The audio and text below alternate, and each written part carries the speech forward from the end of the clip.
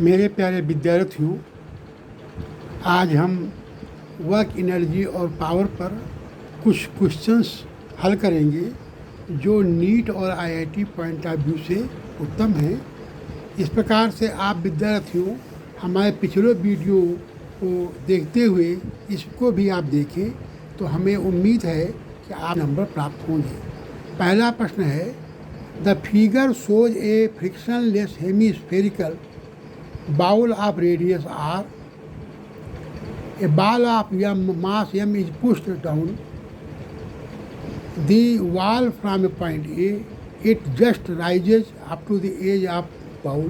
What is the speed with which the ball is pushed along with the ball?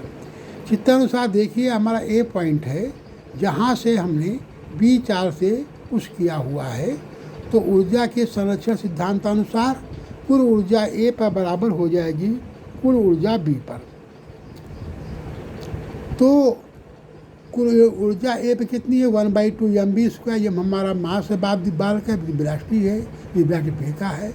और जितनी height पर है mgh बराबर हो जाएगा। ऊपर जाने के बाद हमारा काइनेटिक एनर्जी 0 हो जाएगी और ऊपर हमारा जो स्थितिज ऊर्जा है, पोटेंशियल एनर्जी, वो हमारी mgr हो जाएगी।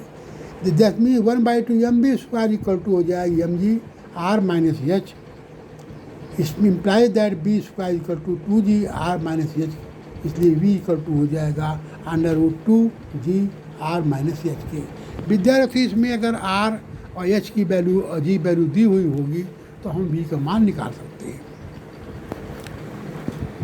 दूसरा प्रश्न है, a body of mass 1 kg initially at rest explodes and peaks into 3 fragments of masses in the ratio 1:1:3. The 2 pieces of equal mass fly off perpendicular to each other with speed of 30 meters per second speed. What is the velocity of the heavier fragments? विद्यार्थियों, इसमें एक हमारा 1 kilogram mass का है, जिसको m1 m2 m3 माना मैंने बाद में है, जो टूटने के बाद m1 m2 m3 हुआ है। आपके चित्रानुसार जो इनका ratio 1 m1 m2 plus m3 बराबर 1:1:3 के, इसको अगर हल करेंगे तो m1 बराबर हो जाएगा 0.2 kg के, m2 बराबर 0.2 kg हो जाएगा, m3 बराबर हो जाएगा 0.6 kg के। तो कंजर्वेशन ऑफ मोमेंटम के अनुसार, कंजर्वेशन ऑफ मोमेंटम क्या कहता है? m3 b3 बराबर हो जाएगा m1 b1 cos 45 plus m2 b2 cos 45 की।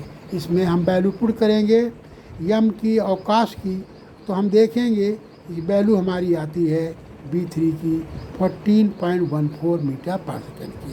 ये सवाल बहुत इम्पॉर्टेंट है। ये सवाल अक्सर पूछा जाता है नीट के एग्ज़ाम में, और कभी कभी ये आईआईटी एग्ज़ाम में पूछा जाता है।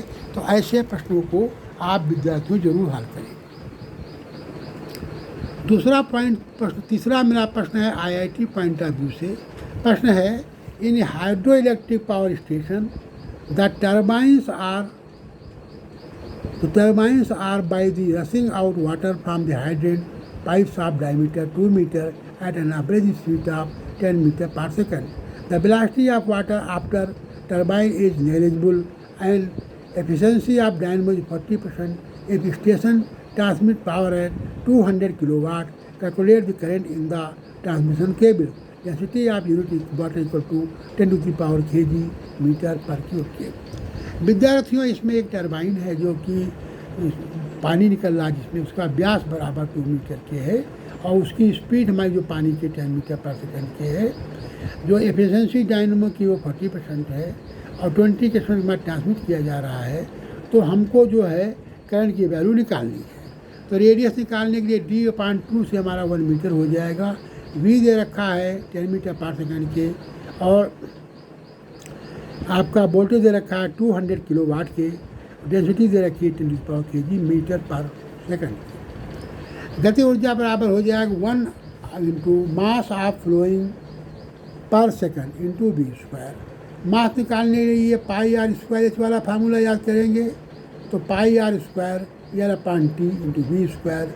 इसमें सारी वैल्यू फिट करेंगे 1/2 इंटू 3.14 पाई की वैल्यू R1 स्क्वायर, और डेंसिटी की वैल्यू हो जाएगी 10⁻³ के, और ब्लैक की वैल्यू 10⁻, उसको हल करेंगे तो 1.57 10⁻7 वाट आ जाएगा। ट्रांसमिशन धारा कितनी होती है? पावर ऑफ आउटपुट बटान वोल्टेज। इसमें वैल्यू पुट करेंगे 40%, तो इसको हल करेंगे तो 40/100 इंटू 1.57 10⁻6। ये हल करेंगे तो वैल्यू आ जाएगी हमारी 3.14 एम्पियर की। तो विद्यार्थियों, ये सवाल को आप बहुत ध्यान से देख लीजिएगा, फिर से कर लीजिएगा। ऐसे प्रश्न एग्जामिनेशन में IIT में आते हैं। धन्यवाद विद्यार्थियों।